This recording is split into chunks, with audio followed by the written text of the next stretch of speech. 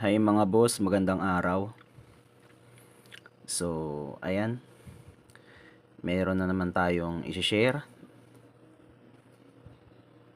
kung paano mag-test ng battery. Ayan. So,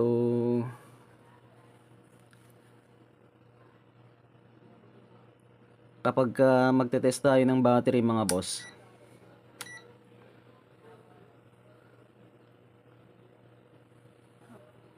ayan sa tester, naka DC volts yan mga boss. Ayan, positive sa positive, negative sa negative ang tusok sa battery. Ayan, 3.7.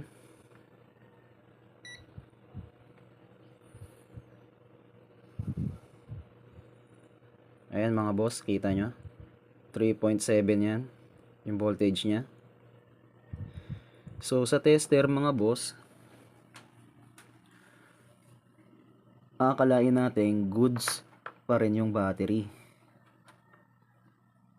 Ayan no. Yan kasi ang sakit ng mga battery ngayon mga boss, Android. Kapag tinester natin, normal naman yung voltage. Pero kapag sinalpak na sa cellphone, no, ang nangyayari, namamatay-matay. Pwedeng ano lang, no, nagbo-boot loop lang yung logo ng isang cellphone. Hindi siya nagtutuloy-tuloy. Paano natin malalaman na may sira na yung battery? So ito mga boss, gagamit tayo ng power supply. Ayan. Ito yung gagamitin nating power supply mga boss. Itong mechanic.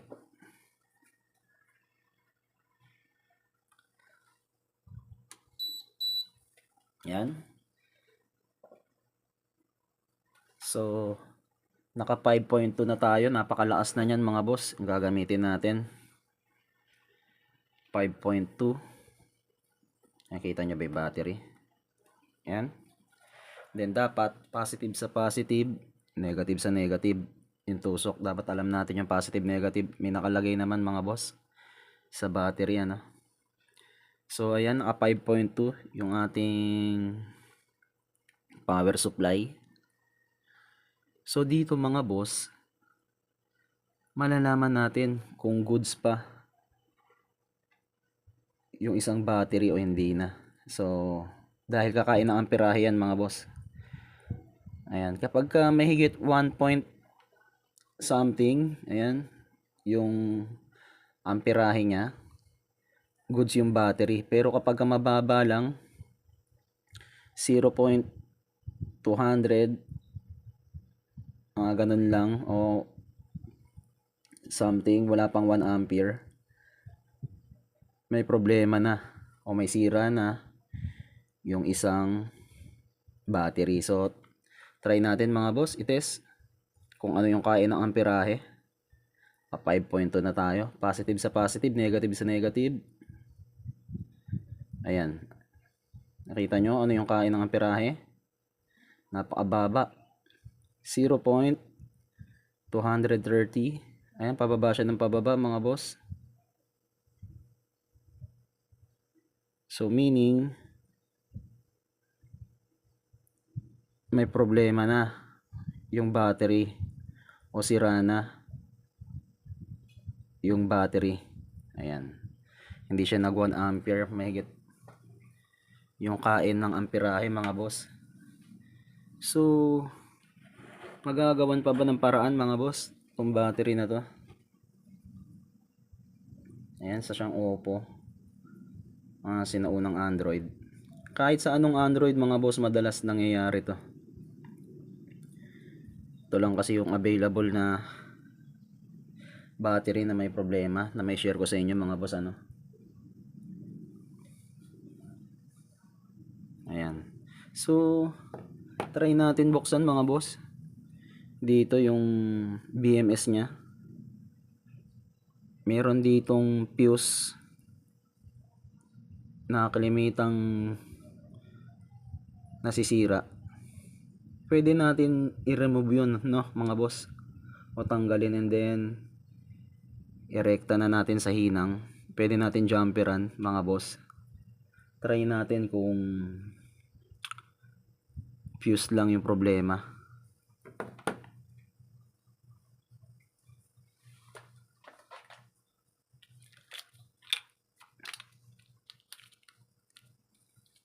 Ingat tayo mga boss sa pag bukas ng yan, nung pinaka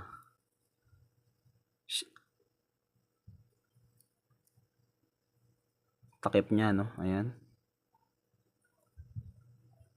baka matusok natin mga boss, maaring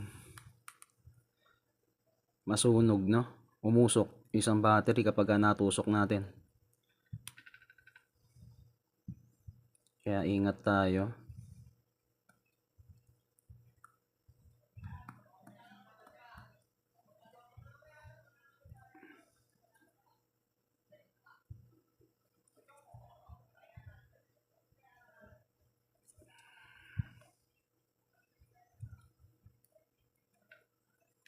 Yan yung BMS nya mga boss. Wait lang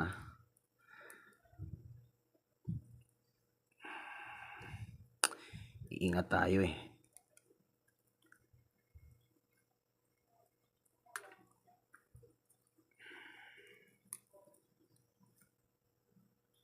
Yan.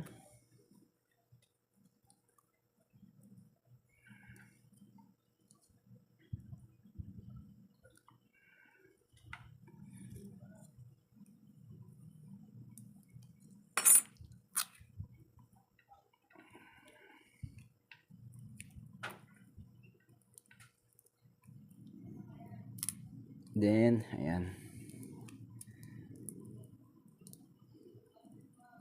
Ingat lang mga boss. Delikado kapag natusok natin yung battery. Maraming mga ganyan mga boss. Yung iba nga sumasabog pa Ingat tayong wag matusok.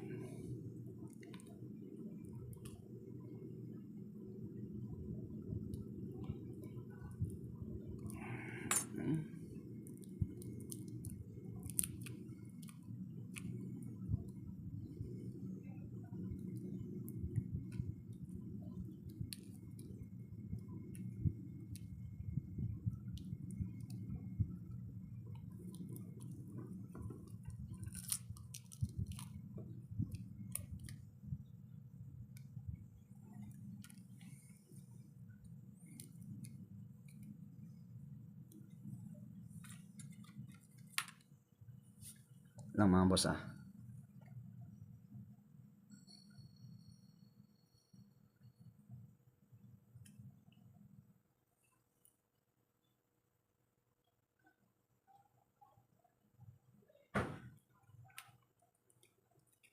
Yan. Inan ko sa magnifying glass. Ito yung fuse nya mga boss. Pakaliit. Kita nyo ba? Ayan. Ito yung tatanggalin natin mga boss. Kahit LED lang yung ipang jumper natin dyan mga boss. Ayan. Subukan natin i-remove yan. kung magiging okay ba yung battery. Try natin i-remove yung fuse na to.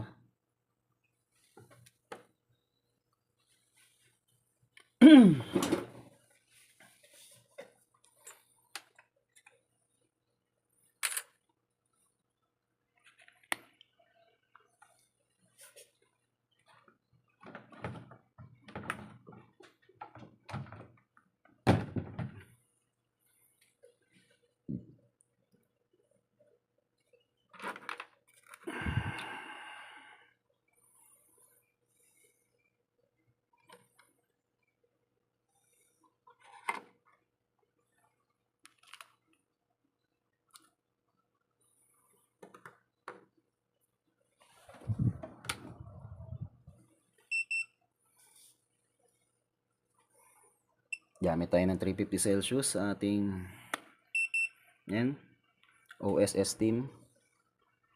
Ayan, naka 350 na siya. Mabilis lang naman uminit to mga boss.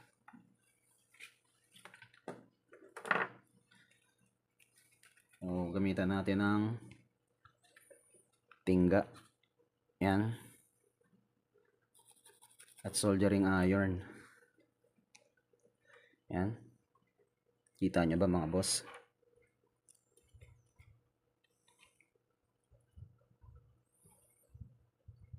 Para mainitan yung pyesa.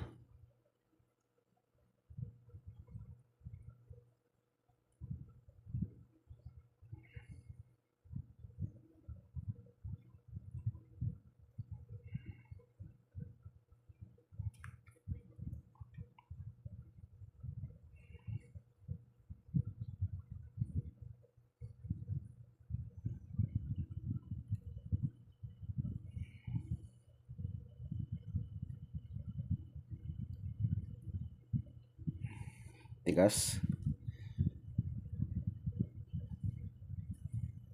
ng fuse.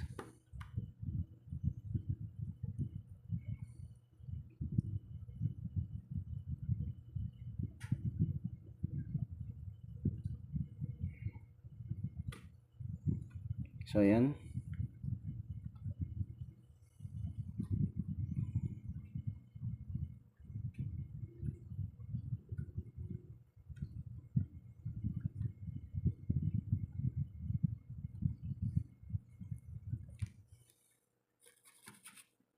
Yung iba hatir ang ginagamit pero medyo delikado yun mga boss eh. Kasi masyadong mainitan yung battery, baka sumabog. Titingnan ko lang sa magnifying glass. Ayan, okay. And then linisan muna natin yung LED. Ayan, maganda hinangan BMS ng battery. And then natanggal na yung fuse mga boss. Maliit kasi, kita nyo ba? Yun. Naglag na. So saan natin jumperan nyo yun?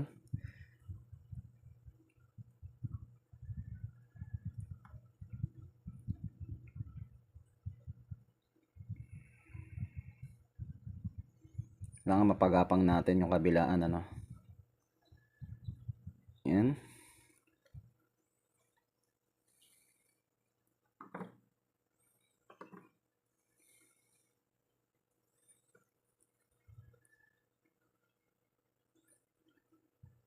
Ayan mga boss, nilagyan lang natin ng LED.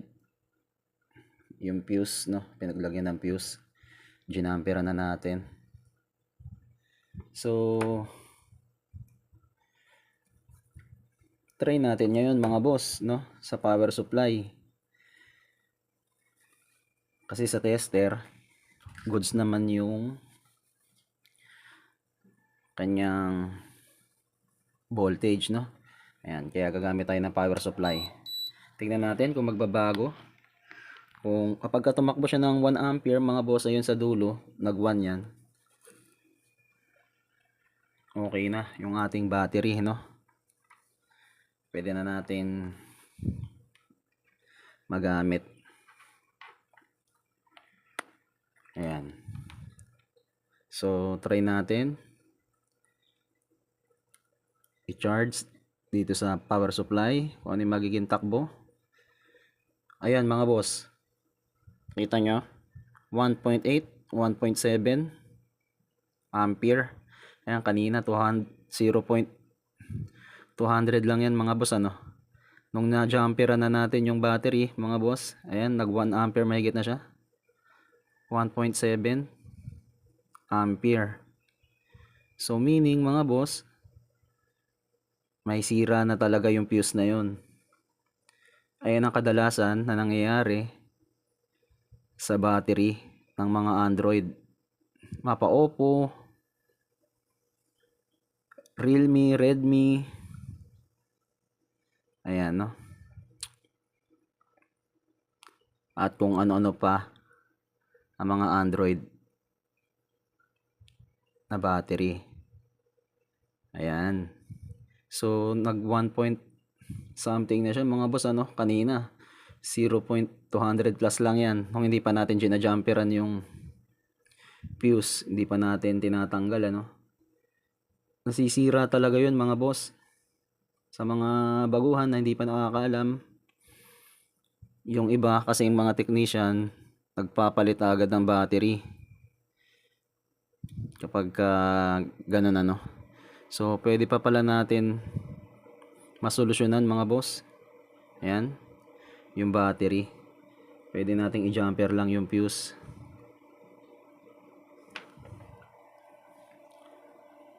Para mas makatipid yung customer.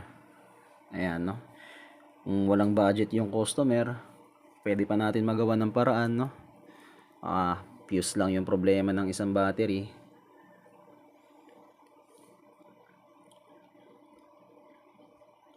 Ayan.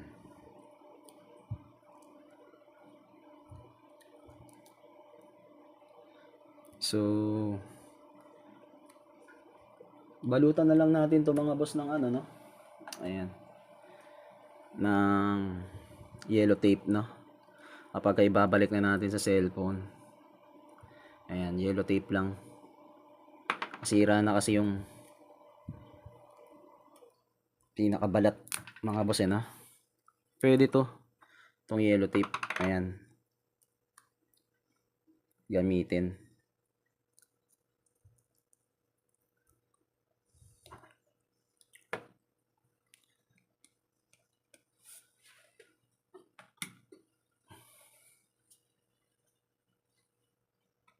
Patayin na natin.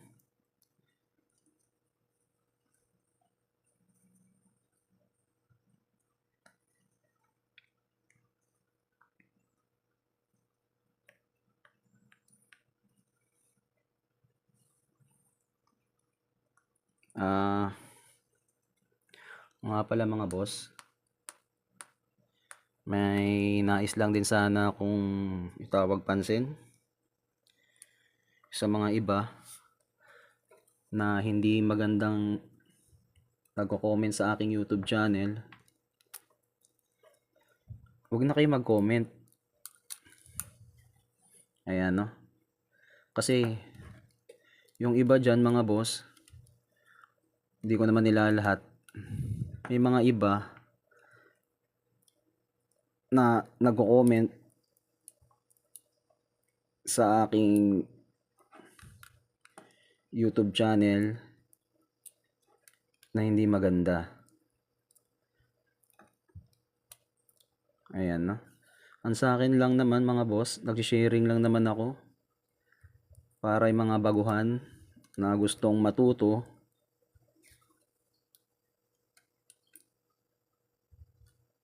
mag cellphone repair.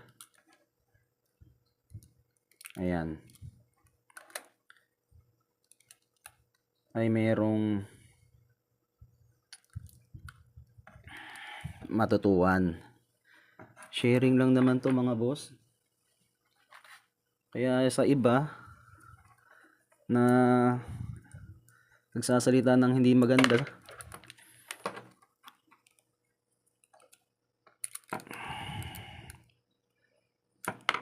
mga naninira pa nga, ano.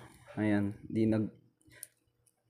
nagsasalita ng hindi maganda, nagko-comment sa comment section, hindi kayo mainggit sa iba na mga naiinggit sa akin na pangit kasi yung papairalin natin yung inggit. Ayan, so good na to mga boss. Lagyan na natin ng yellow tape. Maraming Android mga boss, ulitin ko no. Maraming Android phones na nangyayari. Akala nung iba, ang problema program na pinoprogram dahil nagbo-bootloop nga lang. Minsan nakalogo lang, nakatulala, hindi nagtutuloy. So, pwede nating i-remove mga boss yung battery fuse and jumperan natin ng LED tingga. Yan, Rubicon yung gamit kong tingga.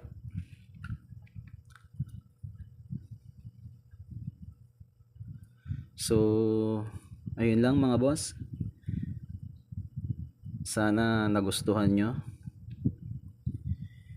yung aking video. Sa susunod mga boss, kapag meron tayong tanggap na ganito, i-share ko ulit yung pagka meron na tayong unit wala pa kasi ako natatanggap mga boss na ganong problema ito kasi